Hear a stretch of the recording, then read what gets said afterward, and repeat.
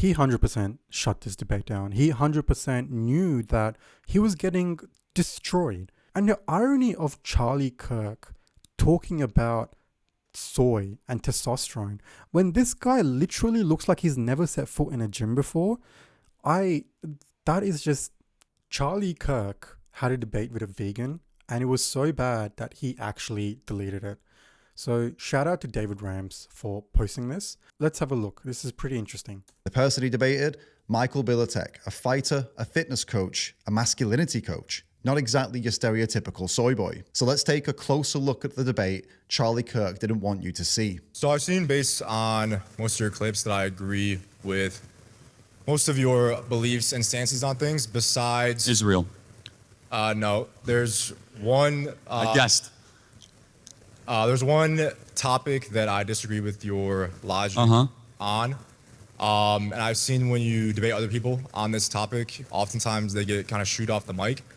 So I ask that you please give me a fair chance to debate. I believe that the breeding, exploitation, and killing of animals for food when we do not have to is immoral. And obviously you... Did you lose a bet? No. I know this has been said time and again, but the way Charlie Kirk smiles is genuinely creepy. And the fact that he straight away demeans this guy who... I don't know, from what it seems to, he's not like hating on him or anything. He's not like he seems to like him, but he has one disagreement. Like he said, he agrees with him on most things except this one thing. And Charlie Kirk, as soon as he hears that he's about to talk about veganism, he completely, demeans him and makes fun of him. So again, I'm serious. I would ask for a fair chance at a debate without shooting me off the mic or making jokes, please. What do you eat? What do I eat? Like for protein? Sure. I eat tofu, nutritional yeast, seitan. I easily get over 200 grams of protein per day. It's a lot of tofu to get 200 grams of protein, man. This one thing, whenever you talk about veganism, that drives me nuts, is whenever you say what food you eat or where you get your protein from, I don't know what it is, but people assume that that's all you eat. Like if I say I get my protein from, lentils, people make this straw man assumption that, how do you get so much protein just from lentils? Like, goddamn, you can eat more than one food in a day. You can eat from a wide variety of sources. Just because I say I get my protein from this food doesn't mean all my protein comes from there.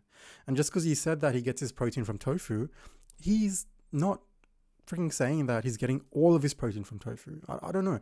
It's not just Charlie Kirk. I feel like this is with like any kind of meat eater you talk to about protein. And as soon as you talk to them, they just assume that you eat one thing and that's it. Just one food for your protein all the time, and that's it. I have like about a pound a day. That's not my main source.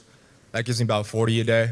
But I get 200 grams a day for lifting. In terms of actual health for humans, we do not need that much. We barely even need 100 grams a day, which is easily obtained through plants. Okay, so what is your contention? That we should outlaw or make it harder to eat animal-based protein? No, I'm not as much concerned about the legality of it, more so the morality. Okay, so are human beings equal to cows? I would put human beings above cows. Okay, so what moral, I mean, we don't want to see animal cruelty, but what moral worth would you say a cow has? I would say that a cow has worth in the sense that we should not, like any sentient animal, cause them suffering or kill them if we do not have to. Right. So you don't eat fish either, I assume? I don't eat any animal products at all. No animal products. And no dairy? No. So full vegan? Yes. Wow. Okay.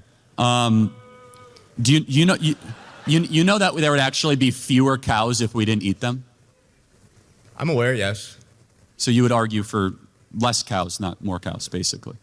I am against the breeding, exploitation, and slaughter of them for food. Yeah, 100%. Like, we want, as vegans, We want no cows to be bred for, just for us to exploit them. That's the whole point. We don't want these animals, these domesticated animals, to exist. And I think that that's a big misconception with a lot of people, is that, we're vegans, we want these animals to, we want more animals. And if we just let them grow, if we don't eat them, they're just going to keep, outgrowing us. And they're just going to overpopulate. But no, the thing that we want is no domesticated animals to exist, because no animals should be brought into existence just so that we can exploit them. That is the whole point. We want less. We want zero, ideally. What obligations do we have to wild animals? I mean, the animals that we eat are not wild animals. They're domesticated, and we specifically breed, control, and kill them. We control their whole life, so they're not really wild. Should we stop other animals from being carnivores? No, because those animals need to eat. Like a lion needs to eat an antelope to survive. So in a survival situation, I believe it is okay to eat animals, but in the modern day, we do not need to. Bringing an animal in to a whole life of just suffering and torture just so that we can drink milk or kill it for meat is cruel. And I don't think that should happen. When people assume that we want these animals to live, we want these animals to not live a life full of torture. And what we want is, people to stop eating meat, stop eating dairy, and let these animals live out their entire life without breeding them. Like, we don't want these animals to live a whole life of torture and cruelty just because we want milk, just because we like chocolate, even though you can get chocolate without milk. I believe that we were designed by God not needing to eat meat. What scripture are you referencing? Genesis 1:29. Right, and it's you mean the scripture says God gave dominion over the animals? No, the one that says, "I've given you every seed-bearing plant, fruit, and tree on this earth, and for you, that shall be meat." Right, but again, just to continue a little further, to be clear, in the Noahic covenant, it does allow for animals. I'm aware. So after the flood, and just to be clear, doesn't the law give guidance on how to kill animals? Like how to kill animals in certain ways? The Bible is explicitly pro-meat eating, so much so that they would kill an animal as a sacrifice to God, or kill the fatted calf in celebration of something. I mean, when Jesus came, he ended the sacrifice, the animal sacrifice. So again, I think during that time, there was a lot more food shortage. Well, hold on. Jesus ate fish. He fed the 5,000 with fish. Yeah, so like I said. And so I don't understand. But Jesus didn't say, stop, don't eat the fish. They are sentient beings. He fed fish to people. So in a survival situation. Hold on, Jesus is God. He could have been, here's a legume. Jesus is God. He could have said, here's an almond. He said, Jesus is God. He could have, here's a lentil. Yet Jesus said, here's fish. This is sort of an argument that comes up using, religion, biblical analogies, especially in Hinduism. A lot of vegetarians use the fact that Krishna used to drink milk.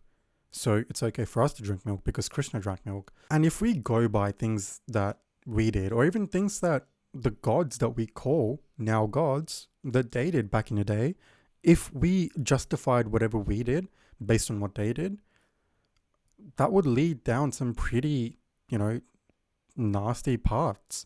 Like, gods used to kill each other. Gods used to do all kinds of crazy stuff back in the day, back in those times, especially in Christianity. It's the Bible's filled with violence. The Bible's filled with genocide in the First Testament. And then Jesus came along, and I would recommend watching the documentary Christspiracy, which actually dives in deep into this and into the fact that Jesus was a vegetarian, and words like fish were mistranslated throughout history. Like many times, like things like fish were lost in translation, and now it's people just assume that Jesus ate fish. But if you go back in the early Christianity, all Christians were vegetarian because they believed in compassion for all animals, and the fact that Jesus was against any kind of animal sacrifice or animal suffering. Tell me. So like I said, I think the breeding, exploitation, and killing of animals for food is immoral. Yes. Immoral. But by what moral standard do you derive that from? Well, are you against animal cruelty? Of course I am. No one wants cruelty. In fact, the Bible's explicitly against animal cruelty. And so all of us should be. The animals actually made an appearance in the 10 Commandments. Animals got a Sabbath. They got a day off. It says, for 6 days you shall work and 1 day you shall rest, including your ox and your animal. So the Bible actually has done more for animal rights than any other ancient scripture that we can ever find. So I'm all there. No one wants animal cruelty. However, I just want to understand by what moral framework do you say it is immoral to eat the meat of something that is not human, especially if we get nutrients and we human beings are able to flourish? Well, I would say, why are you against animal cruelty? Well, First of all, no one wants to see something suffer unnecessarily. 100% you're making his point. If you're against animal cruelty, why don't you align your actions with your morals? You can't just say you're against animal cruelty and then go on to continue buying dairy and buying meat and continuing to support the industries that continue animal cruelty and suffering and torture. But if and when you are able to derive calories, nutrients, and I would also contest one of the other things, that I do believe we need animal-based protein. In fact, I think one of the main reasons, and maybe you're able to work it out, that young men are seeing such a dramatic drop in testosterone rates is the removal of animal-based proteins from diets, so young men especially, ages 10, 11, and 12, and replacement of a lot of these counterfeit soy-based, plant-based proteins. So studies have found that with equal calorie and protein intake, there is zero difference between in testosterone levels between animal-based diet and have you ever heard the term soy boy? Yes, of course. I am a soy boy. Yes. You are a soy boy. In terms of that's what people call vegans. So yes, I am. I didn't call you that. I was just said, have you ever heard of the term? Yes, Okay. I've heard of the term. Yeah. Okay. This is where the conversation goes a little bit, crazy or bonkers, because it starts off with the basic vegan arguments, and then somehow Charlie Kirk takes that, and of course he takes that towards the manosphere space, or talks about masculinity and the fact that so many young people are eating soy, and the fact that you need animal protein, which is complete bullshit. That's complete bullshit. You do not need animal protein. There's literally no science to back that up. Every latest science study says that you can thrive on a plant-based diet, and it actually recommends people to follow a plant-based diet. I don't know what Charlie Kirk is even basing this off. Nothing factual, of course, but it's just based on how he feels. He feels that he needs animal protein, and he's just going to say it, with no evidence to back that up. So that's because. Hold on, but again, I don't want to get too deep in the biology, but soy is inherently estrogenic, right? So soy has phytoestrogens. They're not actual estrogens. They work in the body similar to a SERM, which is a selective estrogen receptor modulator. What that actually does, in some situations, that can actually lower estrogen in males if they have an estrogen imbalance, and suppress testosterone production. It does not suppress the testosterone production. Studies have found equal testosterone between meat eaters and vegans, considering calories and protein equal. In addition, many professional athletes the consumption are of vegan. soy. The consumption of soy. Yeah, I mean, most in order to Let's get down to one last question though, just from a very technical one. He had no rebuttal to that. Soy, I've made videos about this as well. Soy, it's not going to increase your estrogen levels. In fact, synthetic testosterone, the steroids that people, bodybuilders use these days, the steroids, what you see as testosterone, synthetic testosterone that people inject to get bigger, is literally made from soy. It's synthesized from soy. So this whole notion of soy boy just goes back to punch itself in the face, because testosterone today is made from soy. And of course, as soon as he starts citing, studies and starts talking about phytoestrogen, which Charlie Kirk probably has no idea about, in his head, all he can think of is soy boy beta, beta male, weak. Wouldn't you agree that it is far more expensive to eat vegan than to eat animal-based protein? You have to go out. Oh, it's about the same. Like a pound of when I before I went vegan, I'd have 93% ground beef for lean protein. That'd be at Aldi, it was $6. So now I eat seitan, which most people don't know because it's I just eat meat. But it has in 400 calories, it has 80 grams of protein, and it's only $5. So I mean, it's not that expensive to eat vegan. So It is amazing. I eat it so much. It's most mock meats that you can find in Australia are made with seitan, and the calories to protein ratio is insane. And like you said, 80 grams of protein for 400 calories. That's like, I eat the same kind of seitan. It's like a roast chicken, meat-free roast chicken thing. And it's literally 400 calories and 80 grams of protein, which is insane.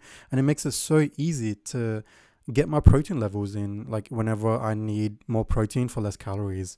So that's a really good point. And it is cheaper. It is much, he says it's the same. Honestly, for me, it's much cheaper to when I was, because I used to eat everything. I used to eat meat. I used to eat pretty much everything. But as soon as I went vegan, I started choosing more plant-based products. I started, eating more whole foods, and whole foods are just. But let me just ask you one last question on this, because almost everything you consume has to be either manufactured or put together, where actually the way we're arguing to eat is far more of the earth and far more of whole foods. The vegans actually have to go out of their way to try and have different ingredients and compositions and oils that largely are far more human interference into the consumption of the food process, right? Which one is more of the earth, eating vegan or eating, let's just say, more paleo, not necessarily carnivore? I don't know how you can look at factory farms and look at these, these places where animals are kept, animals are tortured, animals are raped. I don't know how you can look at that and call that of the earth. That is crazy. That is a crazy thing to say. There is nothing natural about the way that meat is made, about how dairy is made today. There's absolutely nothing natural about it. And I honestly don't know what his point even is, because to make meat, you're gonna have to grow all these plants to feed those livestock and then kill that livestock to make food. What vegans argue for is, let's just take those animals away and let's eat the food that we grow to feed them. Like, there's so much, 70 to 80% of all agricultural land on this planet is used to grow food to feed livestock. We can feed the whole world 8 times over if we just stopped feeding the livestock and started feeding human beings. So this whole notion that, we need to go out of our way to make vegan food, it's complete bullshit. We don't. We're literally growing the food. We're growing soy. We're growing grains. We're growing all sorts of foods that go to waste because we feed it to livestock. And then we kill that livestock. And then we eat that. Like, it's just pointless. It's an unnecessary middleman. We can feed so many more people and make food so much cheaper if we all just became plant-based. So I'll answer that. Then I have one question to ask back to you. In terms of the food itself, I eat mostly pretty much just whole food vegan. Like, sometimes I'll eat a vegan, like Impossible Burger. That's not necessarily No, time out. Hold on. That is like the most manufactured. I know, like, that's not healthy. Not even healthy. Now you're proving my point. Like, let's just be clear. An Impossible Burger has like 50 ingredients that you cannot pronounce. Yeah, just because you can't pronounce those ingredients doesn't make it unhealthy. A banana has like 20 ingredients that you can't pronounce. Like, I had the same discussion with someone who said that. They replied to my story saying, "Hey, this is probably unhealthy." I'm talking about the seitan that I love. They replied to my story saying, "Hey, this is unhealthy." And then, I showed them a photo of the ingredients in a banana, and I asked them, "Do you think this is unhealthy?" I didn't show them the banana. I just said, "Do you think these ingredients are unhealthy?" And he said, "Yes, they look unhealthy," because he couldn't pronounce it. It's a fucking banana. So just because you can't pronounce the ingredients doesn't make it unhealthy.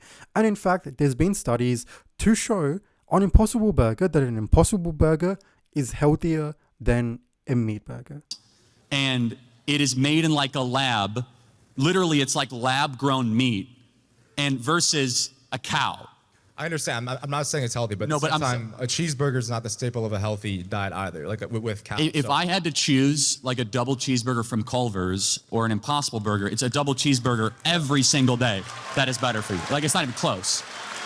It's like not even close. And let me interrupt. You can eat mostly whole The fact that we have to make Franken food, like Frankenstein food, is one of the greatest arguments that we should continue to eat real meat. I mean, I eat only whole foods. Like No, I got it. But you're the one that brought up Impossible Burgers. I didn't. I know. Right? I'm saying that you're gonna keep going and saying that that's not like an example. A lot of people use that as an example to shame veganism. Well, that's not an example of a healthy I am curious. How did you get into this? I first got into it by I saw how animals were treated in factory farms, which is what 99% of meat sold in America is factory farms. So a lot of people say, "Oh, grass-fed, pasture-raised." I mean, look, that is only a small percentage. I do want to thank you because we'll get to the next question. By the way, you guys, the line's over there. I see. What's going on?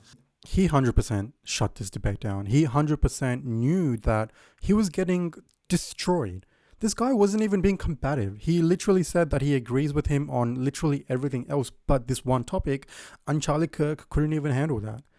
And I don't know, this notion that veganism is like a left-wing thing, it's not. Veganism, if you're against animal cruelty, you are vegan.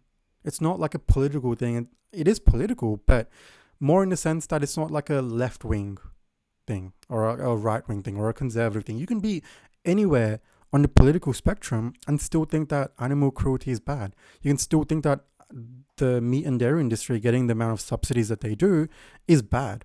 Those subsidies could go towards, healthier foods for people. The reason why burgers, the reason why, all these fast food joints have such cheap foods is because that meat is subsidized. Like a $2 McDonald's burger would actually cost $11 if it wasn't for subsidies. So I completely understand. You don't have to be anywhere close to me on the political spectrum to be vegan. You just have to believe that animal cruelty is wrong. All forms of animal cruelty is wrong. And the irony of Charlie Kirk talking about soy and testosterone, when this guy literally looks like he's never set foot in a gym before, that is just